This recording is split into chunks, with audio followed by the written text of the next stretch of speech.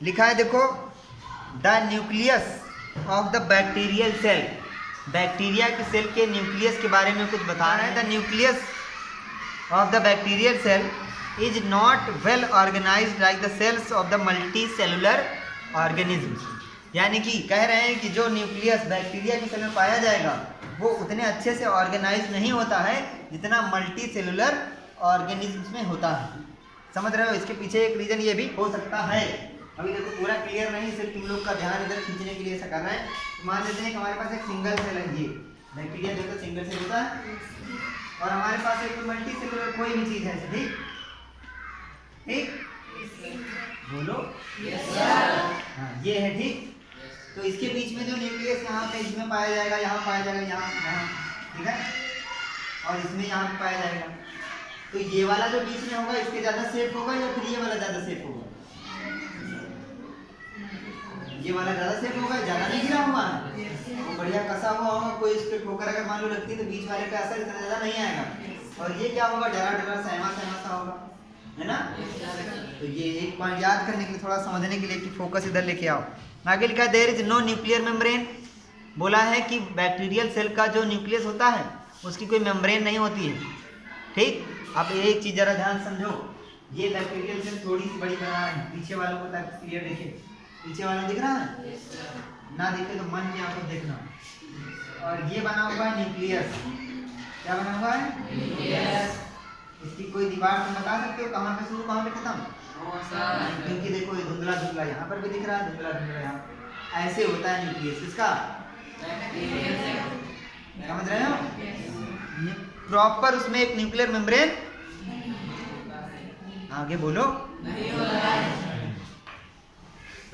आगे लिखा है that cells having nuclear material without nuclear membrane are termed prokaryotic cell.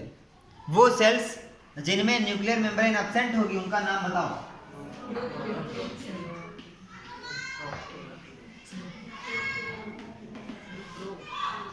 Prokaryotic cell, ऐसी cells जिसमें न्यूक्लियर मेम्ब्रेन एब्सेंट, उनको क्या बोलेंगे? प्रोकैरियोटिक। प्रोकैरियोटिक सेल वो होती हैं जिनके न्यूक्लियर में न्यूक्लियस का न्यूक्लियर मेम्ब्रेन क्या हो, गायब हो। अब देखो, अब ऑब्वियस सी बात है यूकैरियोटिक वो होंगे जिनमें ये होता होगा, ठीक। लेकिन अभी देखो ढेर सारी बातें और होंगी। लिखा the organisms with these kinds of cells are called prokaryotes. लिखा है प्रो मीन्स होता है प्रिमिटिव, ठीक, और karyon means nucleus. Primitive means जानते हो क्या होता है? शुरुआती, शुरुआत का एकदम, है ना, प्रिमिटिव। और बोलो आगे, आगे लिखा है examples are bacteria and BGA. BGA समझ रहे हो? यस सर ना बोलो, उसका फुल फॉर्म बोलो, blue green algae. The cells like onion cells and cheek cells having well organised nucleus with a nuclear membrane. यानी कि चीक सेल जो होंगी, यानी कि जो हमारे चीक से जो सेल निकाली गई थी, और अनियन पील की जो सेल्स थी वो मल्टी सेलुलर है या फिर यूनिसेलुलर?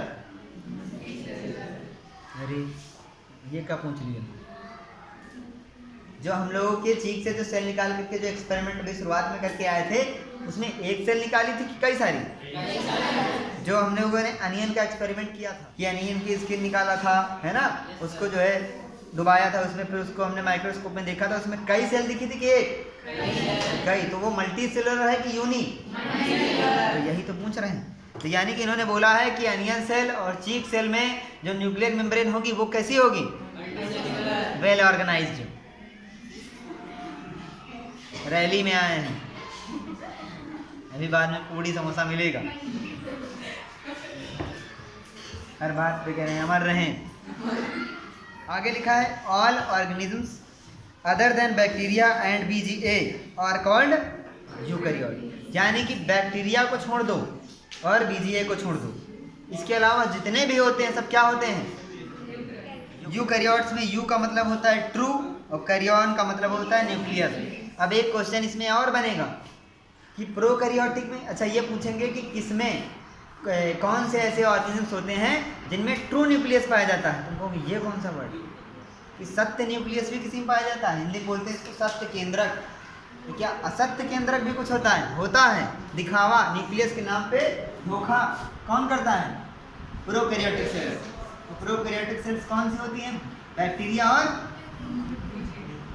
अरे बोलो, लीजिए। आगे लिखा है कि जब हम लोगों ने ऑब्जर्व किया था ऑनियन सेल एक्सपेरिमेंट में माइक्रोस्कोप के अंदर, माइक्रोस्कोप के नीचे, तब हमने देखा था कि सेल के बीच में कुछ खाली जगह दिखी थी। देखो इधर, ये सेल बनी हुई, कोई भी सेल है, ठीक है,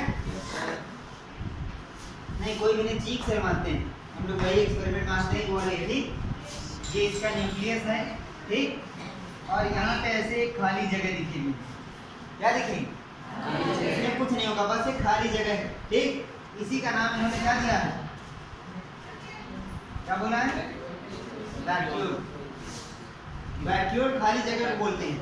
एनिमल सेल में वैक्यूल छोटा होता है, प्लांट सेल में बड़ा होता है, यही लिखा है देखो। तो हम लोग जब चीक सेल देख रहे होंगे तो वो एनिमल सेल थी या प्लांट सेल?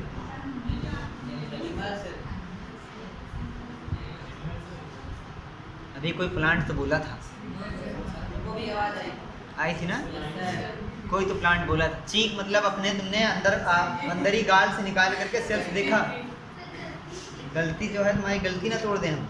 जब तुमने अपनी बॉडी से सेल निकाल के उसको देख रहे हो तो वो एनिमल सेल है कि प्लांट सेल? तो उसमें तुमको वैक्यूल छोटा देखने को मिलेगा कि बड़ा? छोटा। और जब हमने ऑनियन सेल देखा था, प्याज की सेल देखा था, तो उसमें वैक्यूल बड़ा होगा कि छोटा? इसीलिए साथ में इन दोनों का एक्सपेरिमेंट करने के लिए कहा गया है, ताकि तुम्हें दोनों में अंतर भी स्पष्ट हो जाए। You might have noticed several small coloured bodies in the cytoplasm of the cells of Tradescantia leaf. एक प्लांट का नाम बताया है किसी का, उसकी लीफ में उन्होंने कहा है कि जब हम उसकी लीफ की सेल्स को ऑब्जर्व करेंगे तब उसमें हम कुछ अलग अलग चीज़ों को नोटिस करेंगे, जो उसमें कलर्ड बॉडीज, रंगीन चीज़ें उसमें पड़ी होंगी, because they are scattered in the cytoplasm. अब इसी को थोड़ी देर के लिए हम क्या मान लें? ट्रेडस्कैंसिया की सेल हमारी बुक में लिखा है। उन्होंने कहा जब इसको ऑब्जर्व कर रहे हैं जिसका रंग बिरंगी है, रंग बिरंगी शॉप तो है नहीं, तो ये रंग मानो दूसरा है, ये दूसरा रंग है, ठीक है। ऐसे ऐसे इन्होंने कुछ अलग अलग बॉडी इन्होंने सेल के अंदर साइटोप्लाज्म में पड़ी हुई देखा। किसमें देखा? रंगीन बॉडीज को देखा, किसमें पड़ी हुई थी? साइटोप्लाज्म में, ठीक। आगे देखो लिखा है दे आर कॉल्ड प्लास्टिड्स। इनको क्या कहा जाता है? अब ये जो प्लास्टिड है, एक बात यहाँ पे याद रखना कि प्लास्टिड सिर्फ और सिर्फ प्लांट सेल में पाई जाती है। They are of different colours. Plastids अलग अलग कलर के होते हैं। Some of them contain green pigment called, कुछ प्लास्टिड्स के ऊपर ग्रीन पिगमेंट, एक ग्रीन पिगमेंट कौन सा होता है? क्लोरोफिल। अब इन्होंने कहा है जो प्लास्टिड्स पाए जाते हैं उनके ऊपर क्लोरोफिल पाया जाता है और ग्रीन पिगमेंट होता है। जिन प्लास्टिड्स के ऊपर पिगमेंट पाया जाएगा, ये ग्रीन वाला क्लोरोफिल, वो किस कलर के हो जाएंगे? ग्रीन। तो जो प्लास्टिड ग्रीन कलर के होते हैं उनका नाम क्या होता है? क्लोरोप्लास्ट। क्या होता है? They provide green colour to the leaves. Chloroplast green colour किसको प्रोवाइड करते हैं? लीव्स को। You may recall that chlorophyll is the chloroplast of leaves. Chlorophyll in the chloroplast of the leaves is essential for photosynthesis. यानी कि chloroplast में chlorophyll पाया जाता है और ये किसके लिए जरूरी होता है? फोटोसिंथेसिस। और एनिमल सेल में कंपैरिजन हमको बताना है, ठीक। टेबल 8.1 दी गई है पेज नंबर 96 पे। इसमें लिखा है, देखो कौन सा पार्ट है और प्लांट सेल में पाया जाता है या एनिमल सेल में पाया जाता है, उसमें प्रेजेंट और एब्सेंट लगाना है, ठीक है। तो लिखा है सेल मेम्ब्रेन। प्लांट सेल में पाई जाएगी? पाई जाएगी। एनिमल सेल में पाई जाएगी। सेल वॉल प्लांट में प्रेजेंट और एनिमल में। न्यूक्लियस दोनों में प्रेजेंट, ठीक। न्यूक्लियर मेम्ब्रेन, जब न्यूक्लियस है तो न्यूक्लियर मेम्ब्रेन भी पाई जाएगी। अच्छा, कौन है ऐसा जिसमें न्यूक्लियर मेम्ब्रेन नहीं पाई जाएगी? कौन बताएगा हाथ उठा के? कौन सी सेल ऐसी होती है जिसमें न्यूक्लियर मेम्ब्रेन नहीं पाई जाती? जो ये वीडियो देख रहा होगा वो तुरंत बता देगा, क्योंकि वीडियो में तुरंत अभी पिछली क्लास में बताया है प्रोकैरियोटिक में। हाँ, प्रोकैरियोटिक सेल्स में क्या होता है? Nuclear membrane. प्रोकैरियोटिक सेल, उनमें क्या होता है? न्यूक्लियस तो होता है लेकिन न्यूक्लियस की मेम्ब्रेन नहीं होती, यानी कि न्यूक्लियस कहाँ तक फैला है ये डिफाइन नहीं होता है, ठीक। आगे है साइटोप्लाज्म, दोनों में पाया जाता है। साइटोप्लाज्म होता क्या है? सेल के अंदर भरा हुआ चिपचिपा पदार्थ जिसमें बाकी के सेल ऑर्गेनल्स तैरते रहते हैं, ठीक। प्लास्टिड प्लांट सेल में पाई जाएगी, एनिमल में एब्सेंट होगा, ठीक, क्योंकि एनिमल में अगर होता या होती प्लास्टिड तो फिर हम लोग अपना भोजन खुद बना लेते कि नहीं? वैक्यूल दोनों पाए जाएंगे, लेकिन बड़े किस में पाए जाएंगे? बात समरी देखते हैं पेज नंबर 97 पे। All organisms are made of smaller parts called organs. बहुत ही कठिन बात है कि जितने भी एनिमल्स पाए जाते हैं या ऑर्गेनिज्म पाए जाते हैं वो सब छोटे छोटे पार्ट से बने होते हैं। उन पार्ट्स का नाम, second point, organs are made of still smaller parts. The smallest living part of an organ is called cell. और सेल जो है किसने खोजा था? कब? अद्भुत जानकारी। तो इसी जानकारी के मद्देनज़र थर्ड पॉइंट नहीं पढ़ेंगे क्योंकि इसमें यही लिखा है। सीधे पॉइंट 4 पे, cells exhibit a variety of shapes and size. Cells में अलग अलग शेप होते हैं, अलग अलग साइज होते हैं। Number of cells also varies from, अलग अलग ऑर्गेनिज्म में अलग अलग नंबर ऑफ सेल होंगे, यानी कि किसी में 20 सेल होंगे, किसी में 25, ऐसा? हाँ, 20-25 क्या अरब, है ना? आगे, some cells are big enough to be seen with the unaided eye, है ना? कुछ सेल्स ऐसी होती हैं जिनको बिना माइक्रोस्कोप के भी देख। अगला पॉइंट आता है, some organisms are single celled while other contains large number of cells. कुछ ऑर्गेनिज्म ऐसे होते हैं जो सिंगल सेल्ड होते हैं और कुछ ऐसे होते हैं जो बहुत सारी सेल से बने। जैसे हम लोग हैं मल्टी सेलुलर हैं या यूनिसेलुलर? हमारी बॉडी में बहुत सारी सेल्स हैं। कोई एक यूनिसेलुलर का नाम बता दो। अमीबा, वही पता है, दूसरा कोई पता है? The single cell of unicellular organisms perform all the basic functions performed by a variety of cells in multi cellular organisms. यानी कि जो सिंगल सेल वाला ऑर्गेनिज्म है उसमें उसी सेल के अंदर सारी चीज़ें होती हैं जो मल्टी सेलुलर में अलग अलग सेल्स करती हैं। यानी कि हमारी बॉडी में डाइजेशन के लिए अलग सेल्स होंगी, एक्सक्रीशन के लिए अलग होंगी, देखने वाली विजन वाली अलग सेल्स होंगी, है ना? और इंगल्प करने वाली जो हम लोग खाना खाते हैं वो अलग है। सेम वैसे जो यूनिसेलुलर है उसमें एक ही सेल के अंदर ये सारा काम हो रहा है। तो क्या वो इतनी अच्छी से हो रहा हो जितना अच्छे से हमारी बॉडी में हो रहा हो? नहीं हो रहा हो। सेल में मेन 3 पार्ट्स होते हैं। पहला सेल मेम्ब्रेन, दूसरा साइटोप्लाज्म जिसके अंदर छोटे छोटे स्मॉल कंपोनेंट्स होते हैं जिनको हम लोग सेल ऑर्गेनल्स के नाम से जानते हैं, और तीसरा है न्यूक्लियस। समझ गए? न्यूक्लियस क्या है? एक सेपरेट है, ये थोड़ा सा अलग होता है, साइटोप्लाज्म से अलग होता है। किसके द्वारा? कुछ लोग बोले नहीं रहे।